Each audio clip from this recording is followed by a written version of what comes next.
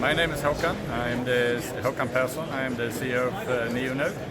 And I would like to show you here is our holographic implementation of our technology, where we basically make air touchable. So this is a hologram. The screen is beneath in this box.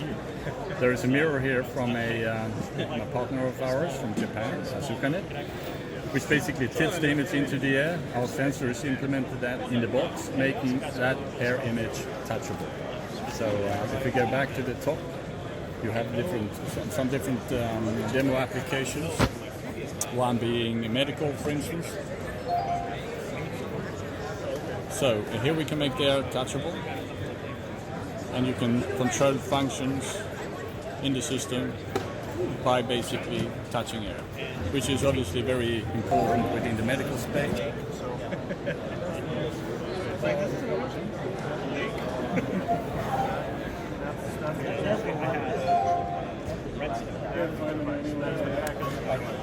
I think you probably need to have it fitted with high angles, because if you go further, there you go, right?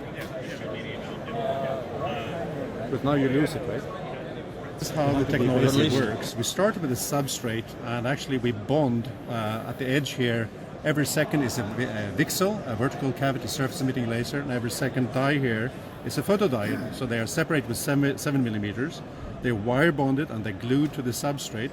Over here is the ASIC that takes the signals. I drive the lasers and receives the signals from the photodiodes, do signal conditioning of those, and have a state machine, sends it over to the M4 and STM microprocessor, ARM architecture. And actually from this edge here, we now get X and Y coordinates of 1 or 2 or 3 subjects. On top of this, you actually put the optical lens system, which are separated lenses, so they can actually extract, they can take different temperature coefficients, so they don't really bend and warp over temperature. And as you put these lenses on top of these lasers, what you do is you flatten out the light and you can control the way the light is actually exiting the module. On top of this, you put a metal bracket to seal off the environment. So this is a good for embedded, and so out of this now is a projected light field which is equal to the length of this device.